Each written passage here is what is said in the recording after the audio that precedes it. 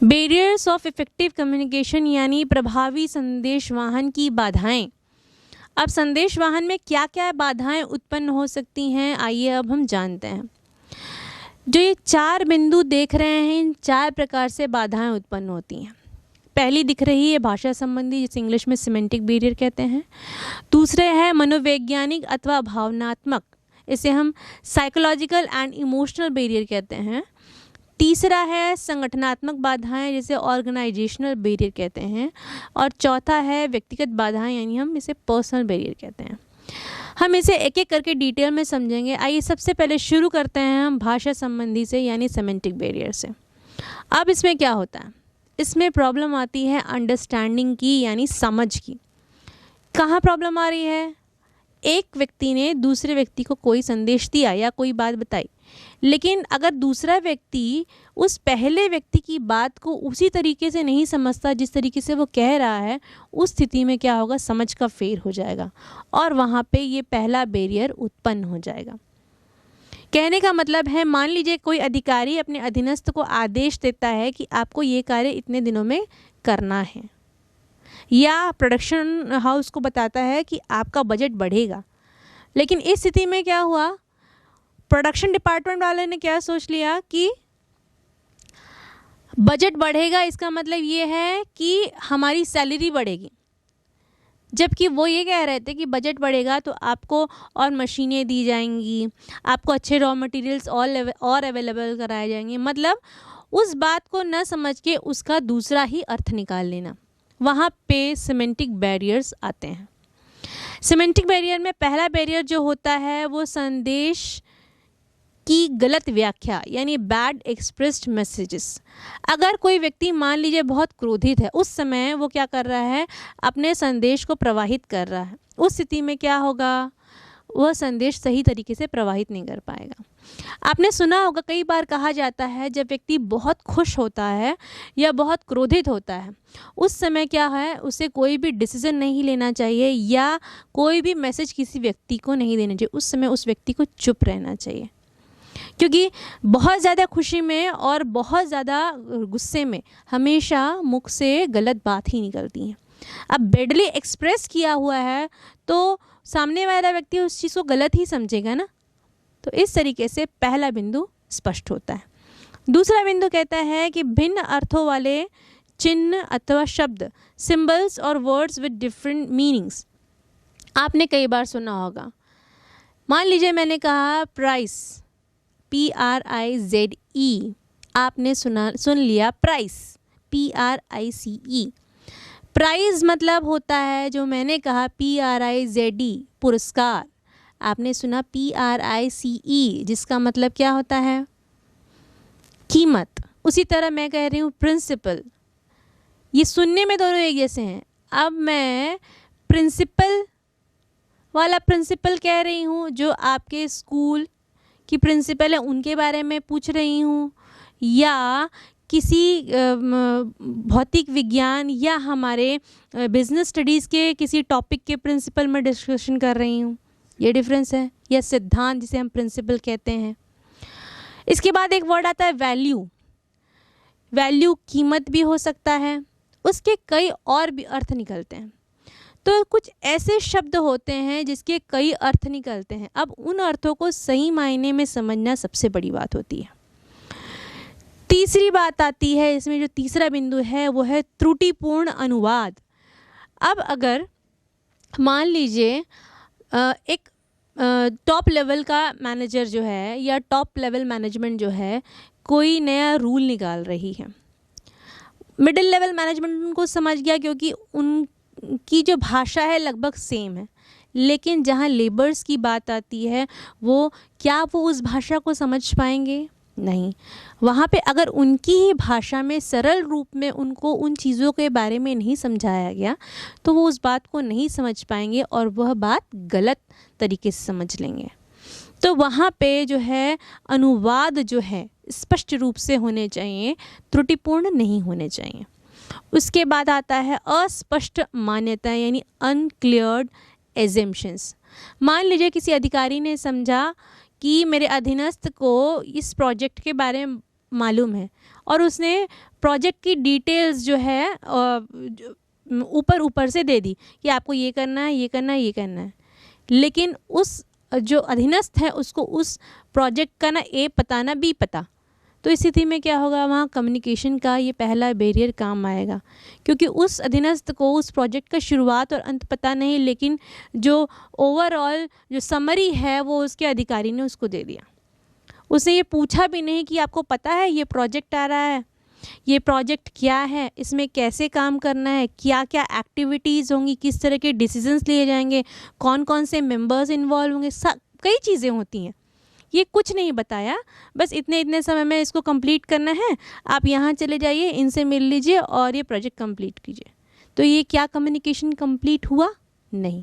तो इस तरीके के जो इनकम्प्लीट कम्युनिकेशन या अनक्लियर्ड अजम्पशंस होते हैं, ये क्या सिमेंटिक बैरियर या भाषा संबंधी बैरियर की तरह कार्य करते हैं। सिमेंटिक बैरियर में जो पांचवा जो बैरियर है वो है अर्थहीन तकनीकी भाषा यानी टेक्निकल जार्गन।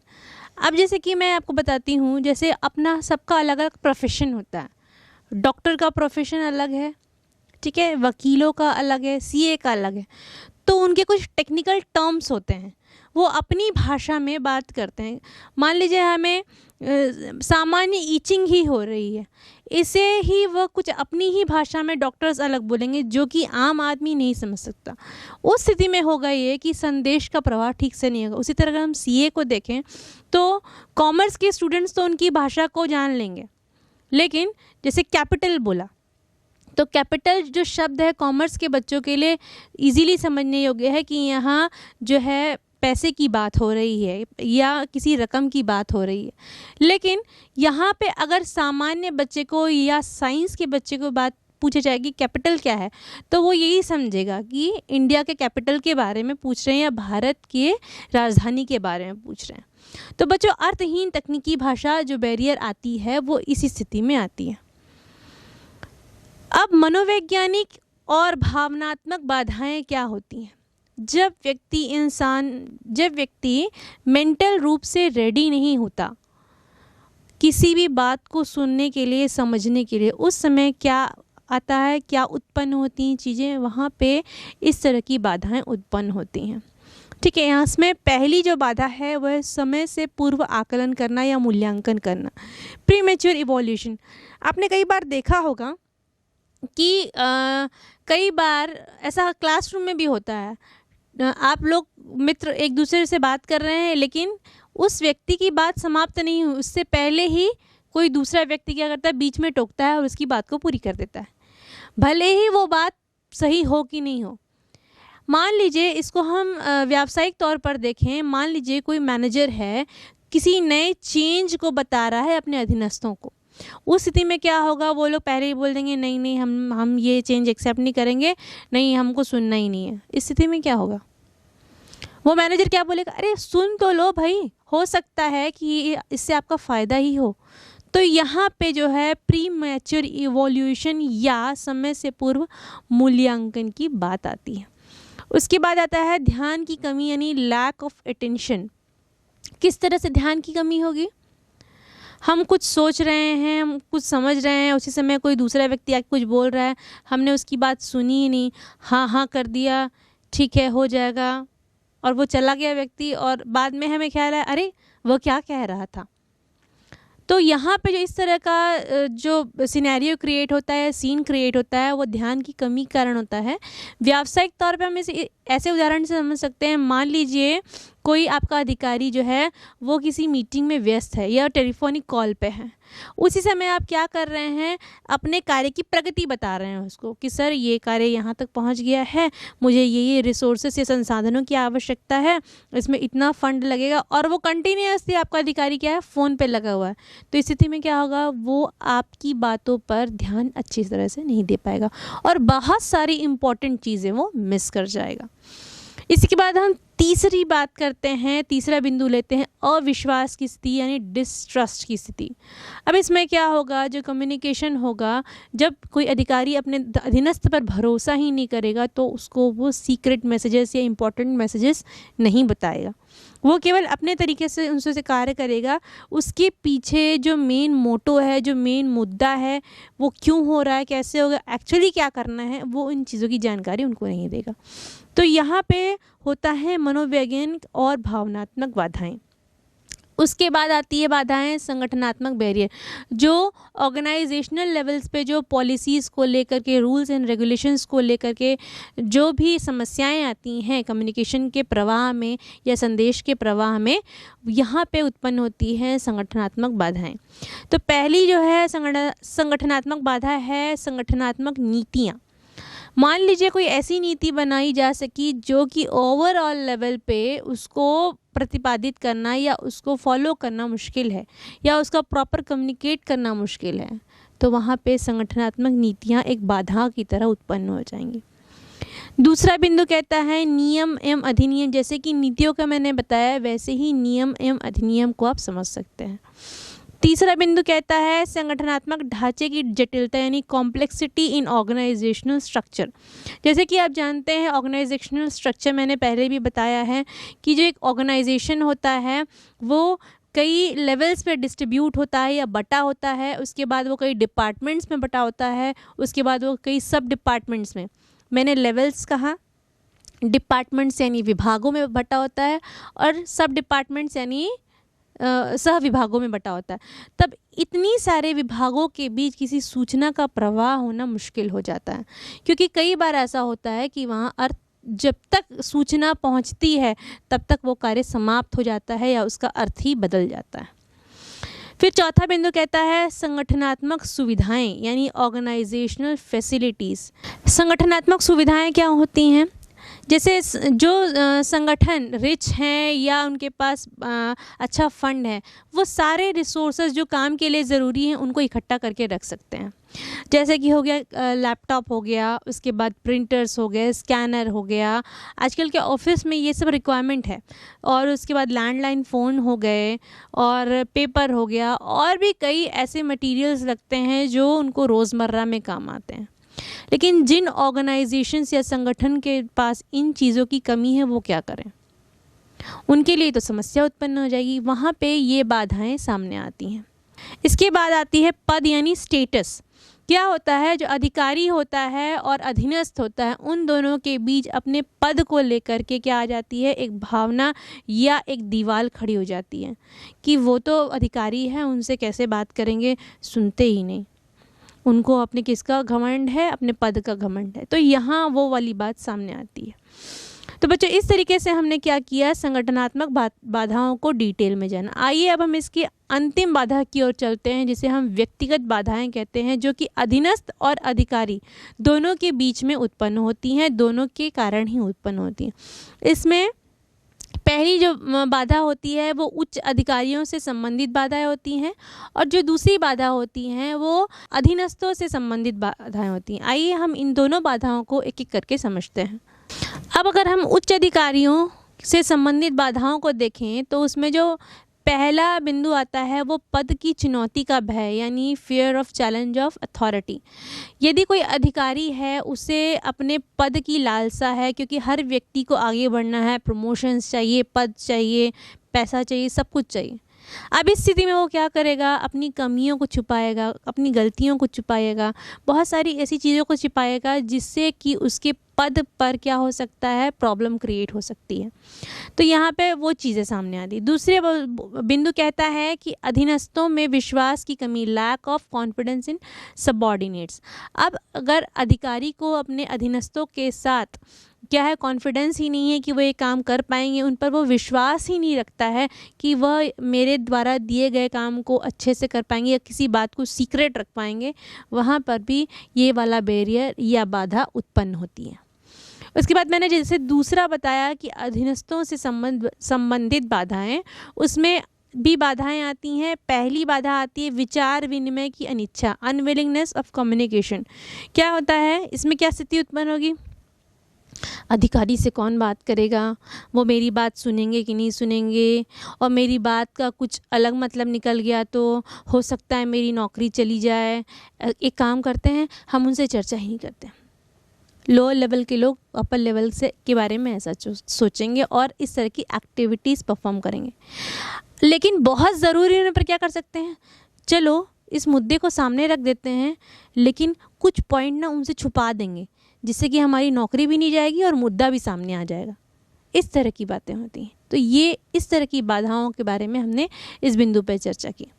उसके बाद दूसरा बिंदु आता है कि उपयुक्त प्रोत्साहन की कमी, लैक ऑफ प्रॉपर इंसेंटिव्स। अब कोई श्रमिक या कोई लेबर अच्छी तरीके से कार्य कर रहा है लेकिन उसको प्रॉपर इंसेंटिव्स नहीं मिल रहे हैं, सही प्रोत्साहन नहीं दिया जा रहा, तो इस स्थिति में क्या होता है कि जाने दो, यहाँ तो कितना भी काम कर लो किसी को पड़ी ही नहीं है, बस बैल के जैसे काम करते रहो, कोई पूछता भी नहीं, कोई सराहना भी नहीं करता और कोई पैसे भी नहीं बढ़ाता। इस तरह की फीलिंग्स जो है डेवलप हो जाती हैं और श्रमिक क्या करते हैं, अपने जो उनके जो सुझाव हैं, उनकी जो समस्याएं हैं, उनको सामने लाना बंद कर देते हैं। तो बच्चों इस तरीके से आपने जो क्या किया, जो बैरियर्स है उनको समझा, और ये क्वेश्चन बहुत इंपॉर्टेंट है और ये आपकी परीक्षाओं में आता है। आशा है आपको ये बाधाएं अच्छी तरीके से समझ आ गई होंगी और आप इन्हें अच्छी तरीके से लिख पाएंगे अपने उत्तर पुस्तिका में। आइए अब इन बाधाओं पर हम किस तरीके से होल्ड कर सकते हैं, इन बाधाओं का निराकरण कर सकते हैं या इनका उपाय कर सकते हैं, जानते हैं। पहला बिंदु है इसमें कि किस तरीके से संदेशवाहन की बाधाओं को दूर करने के उपाय हैं। पहले बिंदु की हम चर्चा कर रहे हैं। पहला बिंदु कहता है संदेश की भाषा विषय वस्तु के प्रति सचेत रहना। मतलब आप किस मैटर पे बात कर रहे हैं, आपका टॉपिक क्या है, उसमें किस तरह की भाषा होनी चाहिए, किन शब्दों का इस्तेमाल होना चाहिए और किस तरीके से उसको प्रेजेंट करना है कि वह क्या करे, किसी की भावनाओं को ठेस भी ना पहुंचाए और उसका जो ओरिजिनल जो मोटो है या गोल है या ऑब्जेक्टिव है कि हमें इस मुद्दे पर चर्चा करना है, वो मुद्दा भी सामने रख सके। दूसरा बिंदु कहता है कि प्राप्तकर्ता की आवश्यकताओं के अनुसार संदेशवाहन। अब आपका प्राप्तकर्ता या रिसीवर कौन है? अगर एक टॉप लेवल का प्राप्तकर्ता मिडिल लेवल है तो ठीक है, उनका लैंग्वेज जो है वो समझ में आएगा। अगर वो भी इंग्लिश में कम्युनिकेट करेंगे तो मिडिल लेवल भी इंग्लिश में कम्युनिकेट कर लेगा। लेकिन जैसे ही लोअर लेवल और लेबर्स की बात आती है, वहाँ पे क्या इंग्लिश चलेगी? नहीं। वहाँ पे क्या वो टेक्निकल टर्म्स चलेंगे? नहीं। वहाँ पे क्या करना पड़ेगा, उनको उन्हीं की भाषा में आसानी से समझाना पड़ेगा जिससे वो सरलतम रूप से उस बात को समझ सकें। तो दूसरा बिंदु कुछ इस प्रकार बताता है। तीसरा बिंदु कहता है कि संदेशवाहन से पूर्व विचारों को स्पष्ट करना। अब देखो, जो संदेश दे रहा है उसके मस्तिष्क में ये पिक्चर एकदम क्लियर होना चाहिए कि वो बोलना क्या चाह रहा है। उस चीज़ के लिए वो कॉन्फिडेंट होना चाहिए कि मैं ये कहना चाह रहा हूँ, मैं अपने मुद्दे पे हूँ और मुझे अपने मुद्दे के अंदर इन चीज़ों को लेना है और अपनी बातों को इस तरीके से सामने वाले को समझाना है। तो इस तरीके से तीसरे बिंदु को हम समझते हैं। चौथा बिंदु कहता है वर्तमान तथा भविष्य के लिए संदेशवाहन।